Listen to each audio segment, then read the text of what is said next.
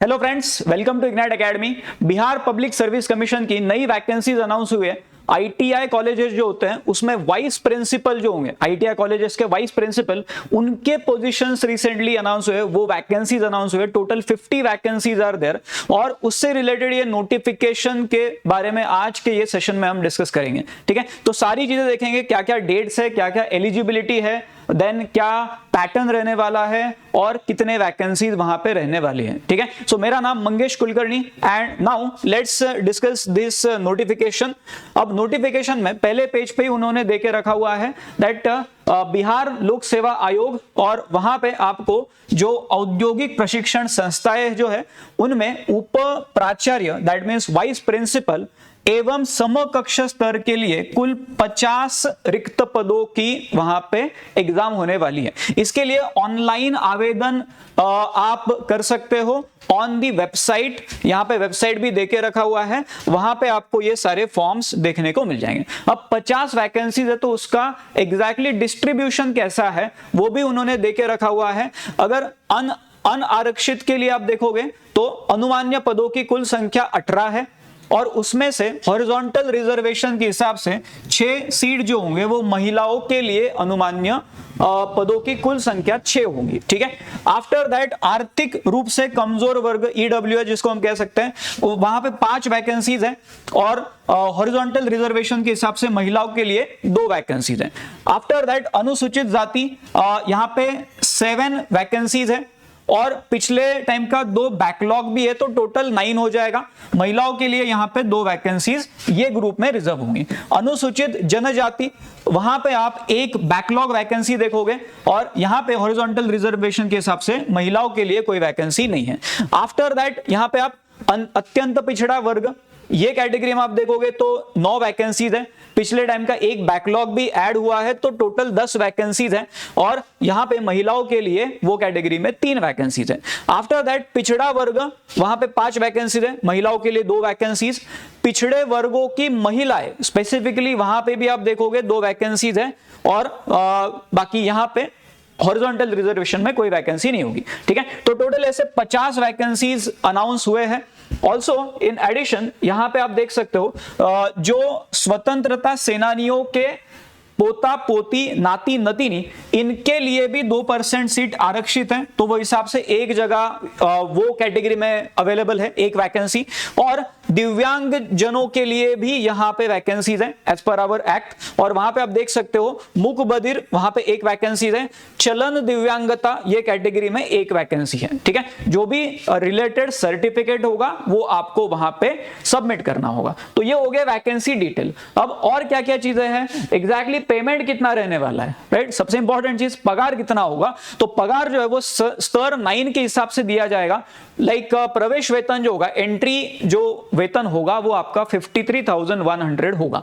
ठीक है, उसके बाद में एक एलिजिबिलिटी क्या है, राइट, एलिजिबिलिटी क्या है, तो शैक्षणिक योग्यता में कुछ इंपॉर्टेंट चीजें आपको यहां पे समझनी है। जो मिनिमम एजुकेशनल क्वालिफिकेशन है, शैक्षणिक योग्यता मतलब इतना तो होना ही चाहिए। वो केस में आप देख सकते हो यहां पे किसी भी भारतीय विश्वविद्यालय या संस्थान, मतलब जो AICTE से अप्रूव्ड जो भी कॉलेज होगा वहां से आपके पास इंजीनियरिंग में डिग्री होनी चाहिए या इक्विवेलेंट समकक्ष डिग्री होनी चाहिए। जैसे आपके पास बीटेक हो सकता है, BE हो सकता है, BSc इन इंजीनियरिंग हो सकता है या प्लेन BSc हो सकता है, तो ये चलेगा।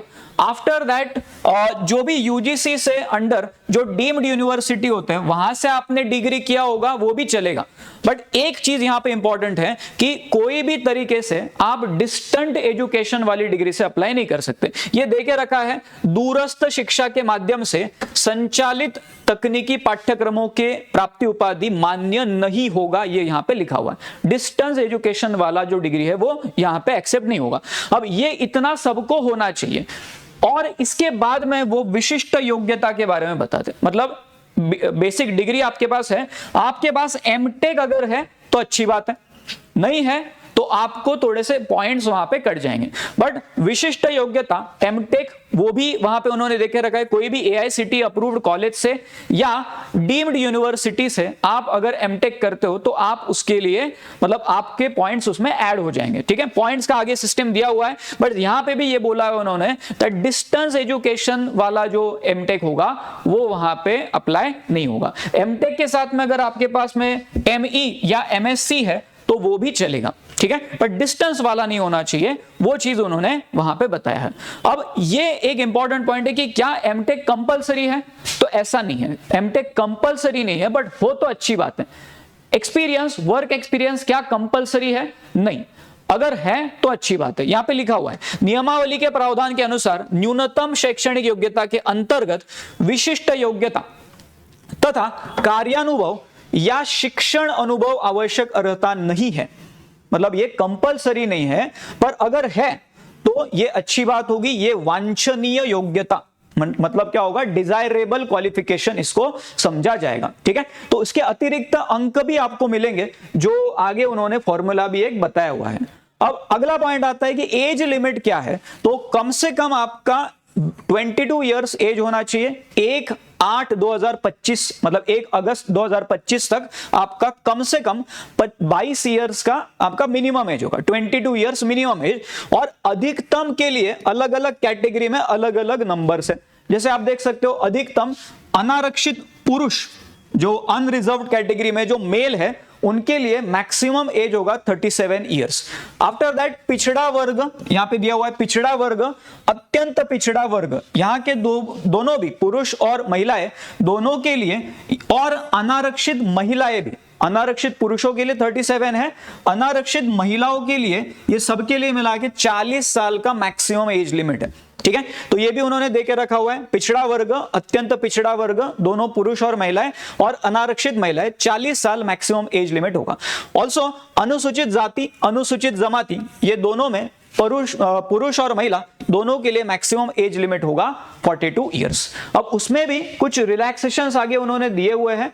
तो सबसे पहले उन्होंने ये बताया हुआ है जो भी सरकारी सेवक है, मतलब ऑलरेडी बिहार गवर्नमेंट में आप अगर सर्विंग हो तो आपको वहां पे 5 साल की छूट यहां पे दी जाएगी। मतलब जो भी आप कैटेगरी में हो वो कैटेगरी का जो मैक्सिमम एज लिमिट होगा उसमें 5 साल की छूट आपको मिलेगी। मतलब अगर 37 एज लिमिट है मैक्सिमम तो आपको 42 तक अलाउ होगा।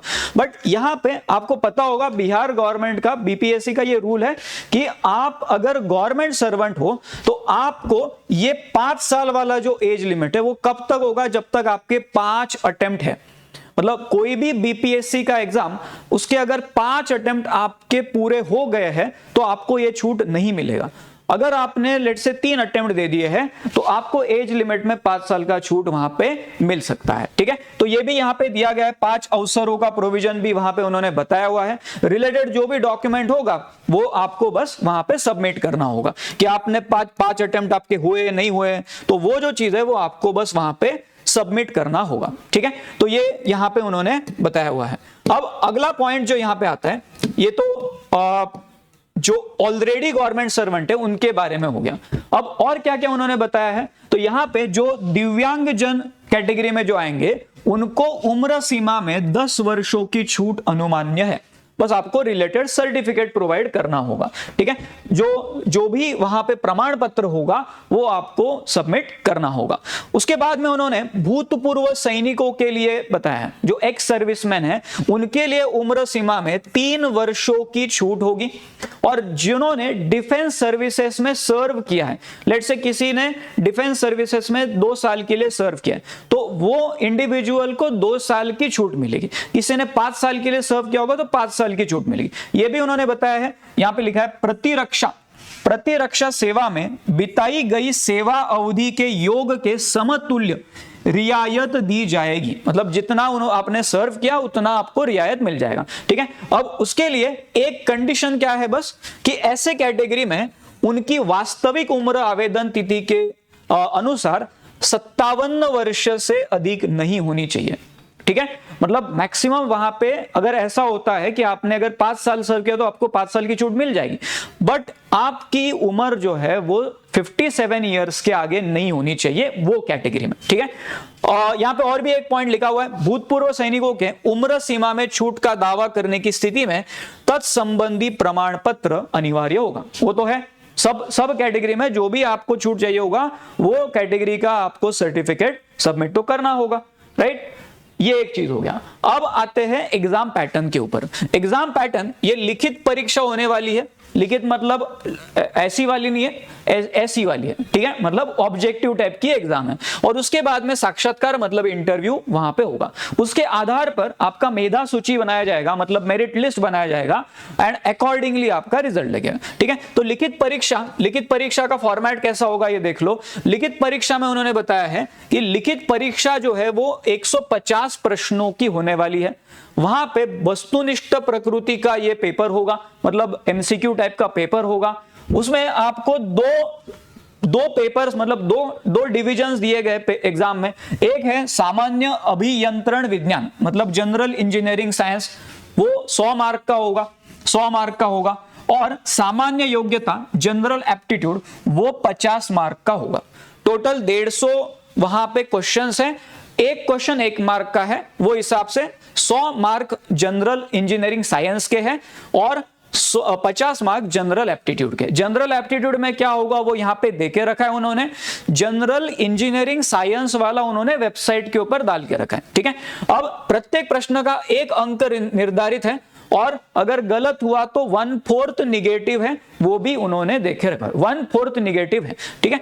अब टाइम कितना होगा एग्जाम का, तो 3 घंटे का टाइम है, वो भी यहाँ पे मेंशन्ड है। और सिलेबस जो होगा वो बिहार गवर्नमेंट के बीपीएससी के वेबसाइट के ऊपर उन्होंने देके रखा है। सामान्य योग्यता मतलब जनरल एप्टीट्यूड में क्या क्या आएगा तो यहाँ पे मेंशन्ड है, ये आप ऑफिशियल नोटिफिकेशन में देख सकते हो। जो भी आपका एप्टीट्यूड का सिलेबस होता है, number, average, number series, number system, percentage वगैरह जो जो चीजें होती है वो सारी चीजें आपको ये जनरल एप्टीट्यूड के पेपर में देखने को मिल जाएंगी, ठीक है। उसके बाद में उन्होंने ये भी बोला है कि जो भी आपका पेपर है उसमें आपको कम से कम कुछ मार्क्स लाने ही लाने हैं, मतलब मिनिमम मार्क्स जो है वो भी उन्होंने कैटेगरी वाइज देके रखे हुए हैं। यहां पे आप देख सकते हो लिखित परीक्षा में शामिल सामान्य वर्ग के उम्मीदवारों को 40% मार्क कम से कम आपको एग्जाम में लाने हो, मतलब 150 में से 40% आपको लाने। अगर आप जनरल कैटेगरी में हो, पिछड़ा वर्ग के उम्मीदवारों को 36.5% है, अत्यंत पिछड़ा वर्ग के उम्मीदवारों को 34% है, अनुसूचित जाति जनजाति महिलाओं तथा दिव्यांग उम्मीदवारों को 32% है। मतलब मिनिमम हर एक कैटेगरी वाइज उन्होंने कितना मार्क्स मिनिमम चाहिए होगा वो वहां पे देके रखा हुआ है।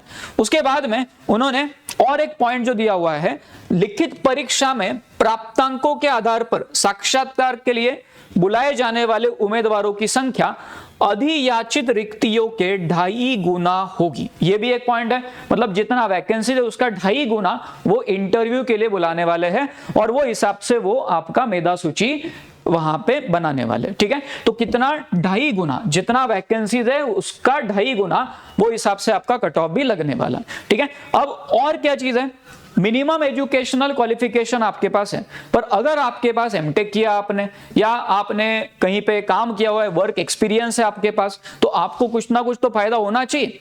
तो फायदा होना चाहिए तो उन्होंने यहाँ पे एक सिस्टम बनाया हुआ है कि आपका लेट्स से यहाँ पे निर्धारित न्यूनतम शैक्षणिक योग्यता, मतलब जो भी आपने डिग्री किया हुआ है वो अगर आपके पास है तो आपको 40 अंक मिलने वाले हैं। अब ये 40 अंक जो होंगे वो कैसे दिए जाएंगे, तो लेट से आपने डिग्री किया, डिग्री में आपको जितना मार्क मिला हुआ है, लेट से आपको 80% मार्क मिला, 80%, तो आपको ये क्या करेंगे, आपके 80 को ये 0.4 से मल्टीप्लाई कर देंगे, 80 को 0.4 से मल्टीप्लाई करेंगे, मतलब कितना होता है 32। तो आपको 32 अंक मिलेंगे आपके न्यूनतम शैक्षणिक योग्यता के लिए और वो आपके फाइनल मार्क्स में ऐड हो जाएंगे। अगर आपने विशिष्ट योग्यता है आपके पास, मतलब एमटेक किया हुआ है आपने, तो एमटेक किया है तो अच्छी बात है, क्यों बोला, बिकॉज वो ऐड हो जाएगा, तो उसके लिए 20 अंक वहां पे दिए जाएंगे विशिष्ट योग्यता के लिए। 20 अंक मतलब आपने अगर एमटेक किया हुआ है तो तो आपको एक्स्ट्रा ये पॉइंट मिलने वाले हैं। अब वो भी कैसे कैलकुलेट होंगे, अगर आपने एमटेक किया, एमटेक के एग्जाम में आपको 80% मार्क मिले तो 80 इंटू 0.2 किया जाएगा, मतलब आपको 16 अंक मिलेंगे एक्स्ट्रा। ठीक है, मतलब आपके फाइनल जो मार्क्स होंगे उसमें ये जो मार्क्स है ये ऐड हो जाएंगे। ठीक है, तो ऐसा नहीं है कि सबको सेम मार्क्स मिलेंगे, आपने डिग्री में कितने मार्क्स लाए वो हिसाब से आपको एडिशनल मार्क मिलेंगे, एमटेक में जितने मार्क्स लाए वो हिसाब से आपको एडिशनल मार्क वहां पे मिलेंगे। उसके बाद में सीजीपीए अगर किसी का है, सीजीपीए सिस्टम होगा तो आपके कॉलेज के हिसाब से, आपके यूनिवर्सिटी के हिसाब से आपने वो सीजीपीए का फॉर्मूला लगा के वहां पे मार्क्स सबमिट करने। अगर आपके पास नहीं है तो एआईसीटी का जो स्टैंडर्ड फॉर्मूला होगा सीजीपीए कैलकुलेट, सीजीपीए से मार्क कैलकुलेट करने का, वो यूज करके वहां पे मार्क्स कंसीडर किए जाएंगे। उसके बाद में अगर आपके पास कार्य अनुभव या शिक्षण अनुभव है तो वो केस में अधिकतम आपको 10 अंक दिए जाएंगे। मतलब आप लेट से किसी कारखाने में काम कर रहे हो, कारखाना स्पेशली उन्होंने बोला हुआ है ऐसा कारखाना जहां पे कम से कम 400 लोग काम करते हैं, वहां पे अगर आपके पास 1 साल का एक्सपीरियंस है तो आपको 5 अंक मिलेंगे। अगर आपके पास 2 या उससे ज्यादा साल का एक्सपीरियंस है तो आपको वहां पे 10 अंक दिए जाएंगे। ठीक है, ये एक चीज हो गया। अगर आपने एमटेक के अलावा आपने तकनीकी शिक्षण संस्थानों में 1 वर्ष का आपके पास शिक्षण अनुभव है, मतलब 1 साल आपके पास एजुकेशन एक्सपीरियंस हम बोल सकते हैं, तो 5 अंक आपको मिलेंगे अगर 1 साल का शिक्षण अनुभव है। और अगर 1 से ज्यादा साल या आप कह सकते हो 2 से ज्यादा साल का आपके पास अगर शिक्षण अनुभव है तो वहां पे 10 अंक मिलेंगे। इंपॉर्टेंट क्या है, यहां पे शिक्षण अनुभव की बात वहां पे हो रही है। ठीक है, अब अगर 1 साल से कम का कार्य अनुभव या शिक्षण अनुभव है तो वो कोई भी केस में मान्य नहीं होगा। आपने बोला मेरे पास 5 महीने का एक्सपीरियंस है तो वो नहीं चलेगा, कम से कम 1 साल का वहां पे एक्सपीरियंस चाहिए होगा। और प्रतिवर्ष किसी मान्यता प्राप्त तकनीकी शैक्षणिक संस्थान में शिक्षण कार्य अनुभव हेतु 5 अंक अधिकतम 2 वर्ष के लिए 10 अंक दिए जाएंगे। मतलब शिक्षण अनुभव है तो उसके लिए भी आपके पास अंक है, और शिक्षण कार्य अगर होगा तो वो केस में भी आपके पास ज्यादा से ज्यादा 10 अंक आपको मिल सकते हैं। अगर 1 साल का एक्सपीरियंस है तो 5, 2 या उससे ज्यादा साल का एक्सपीरियंस है तो आपको 10 अंक मिलेंगे। और ये सारे जो अंक होंगे वो आपके फाइनल मार्क में ऐड होने वाले, और इन द एंड साक्षात्कार मतलब इंटरव्यू के लिए आपको 30 मार्क दिए जाएंगे। ठीक है, तो ये सब मिला के जो एडिशन होगा वो हिसाब से आपका मेरिट लिस्ट बनने वाला है, और ये उन्होंने यहाँ पे भी बताया हुआ है। और ये यहाँ पे पुनर्मूल्यांकन नहीं अलाउड किया जाएगा, मतलब मेरे मार्क ज्यादा हो रहे थे मेरे को कम मिले तो री इवैल्यूएशन कर लो, यूनिवर्सिटी में जैसे होता है वैसा यहाँ पे नहीं होगा। और इसके बाद में साक्षात्कार के बाद में आपका जो हेल्थ टेस्ट जो होता है, मेडिकल टेस्ट, वो वहां पे किया जाएगा। ठीक है, आरक्षण के लिए क्या उन्होंने बताया हुआ है, यहाँ पे एक चीज जो आता है, जो भी राज्य सरकार का प्रचलित आरक्षण नियम होगा वो हिसाब से आपको वहां पे आरक्षण मिलेगा, और वो प्रमाण पत्र जो होंगे जो भी आपको आरक्षण के लिए लागू होते हैं वो आपको वहां पे बताने पड़ेंगे। और एक चीज क्या है, आरक्षण का लाभ उन्हीं उम्मीदवारों को मिलेगा जिनका स्थायी निवास बिहार राज्य में है, मतलब जो बिहार के मूलवासी है उनको ही ये आरक्षण दिया जाएगा, जो भी बिहार के बाहर के हैं उनको ये लाभ नहीं मिलेगा। तो जो भी आपने लोकल एड्रेस डाला हुआ है वो हिसाब से ये चेक किया जाएगा और तभी आपको आरक्षण मिलने वाला है। ठीक है, और क्या क्या चीजें दी हुई है डिटेल में ये नोटिफिकेशन है। एग्जाम फीस कितना है, पैसा कितना भरना पड़ेगा, तो वहां पे जो अगर सामान्य अभ्यर्थी है मतलब जनरल कैंडिडेट्स तो उनके लिए 750 रुपए फीस है। उसके बाद में केवल बिहार राज्य के अनुसूचित जाति अनुसूचित जनजाति उनके लिए 200 रुपए वहां पे फीस होगा। बिहार राज्य की स्थायी निवासी सभी आरक्षित अनारक्षित वर्ग की महिला उम्मीदवारों के लिए मतलब सब महिलाओं के लिए कितना फीस है, 200 रुपए फीस है। और दिव्यांग अभ्यर्थी मतलब डिसेबिलिटी अगर है तो 40% से ज्यादा होनी चाहिए, तो उनके लिए 200 रुपए वहां पे फीस होगा। और एक चीज क्या है, अन्य सभी उम्मीदवारों के लिए 750 रुपए फीस वहां पे चार्ज किया जाएगा। ठीक है, तो ये फीस के बारे में हो गया। और बाकी चीजें, अगर बैंक का कुछ चार्ज होगा तो वो भी आपको भरना पड़ेगा, वो एक बताया हुआ है। फॉर्म भरते समय आपने अगर आधार कार्ड नहीं दिया है तो वहां पे बायोमेट्रिक फी भी लिया जाएगा 200 रुपए, वो भी उन्होंने यहां पे बताया हुआ है। आधार नंबर अगर नहीं लिखा है तो आपसे वो चार्ज 200 रुपए लेंगे। ठीक है, अब डेट्स इन दी एंड, आखिरी में डेट्स के बारे में देख लेते हैं। फॉर्म कब से खुल गए हैं, तो 10 जून 2025 से फॉर्म शुरू हो गए हैं। आप बिहार गवर्नमेंट के बीपीएससी के वेबसाइट के ऊपर जाके चेक कर सकते हो। आवेदन प्रारंभ हो गया है 10 जून 2025 को, और ऑनलाइन आवेदन भरने की अंतिम तिथि क्या होगी, तो 3/7/2025, मतलब 3 जुलाई 2025। तो सारा प्रोसेस जो है वो पहले ही करके रख लो। एंड में क्या होता है, वेबसाइट हैंग हो गई, ज्यादा लोग फॉर्म भर रहे हैं, तो एन मोमेंट पे आपका ऐसा नहीं होना चाहिए कि आपका फॉर्म नहीं भरा गया। ठीक है, फीस वगैरह सब पहले ही भर के रख लो, क्योंकि यहां पे उन्होंने बस इतना ही दिया हुआ है, 10 जून को शुरू होगा, 3 जुलाई को खत्म होगा। ठीक है, तो ये सारी इंफॉर्मेशन आपके नोटिफिकेशन के बारे में हो गई। जो जो चीजें आपको पता होनी चाहिए वो सारी चीजें ये Bihar public service commission ITI vice principal के पोस्ट के बारे में ये सारी चीजें हमने डिस्कस की। ठीक है, और यहां पे आप देख सकते हो ये इग्नाइट एकेडमी के ऑनलाइन प्लेटफॉर्म्स हैं। ये प्लेटफॉर्म से आप कनेक्टेड रहो, जो भी नया वैकेंसी आता है उसके बारे में आपको प्रॉम्प्ट इंफॉर्मेशन ये प्लेटफॉर्म पे मिल जाएगा। यूट्यूब चैनल सब्सक्राइब करके रख लो, कॉन्टैक्ट नंबर दिए हुए हैं,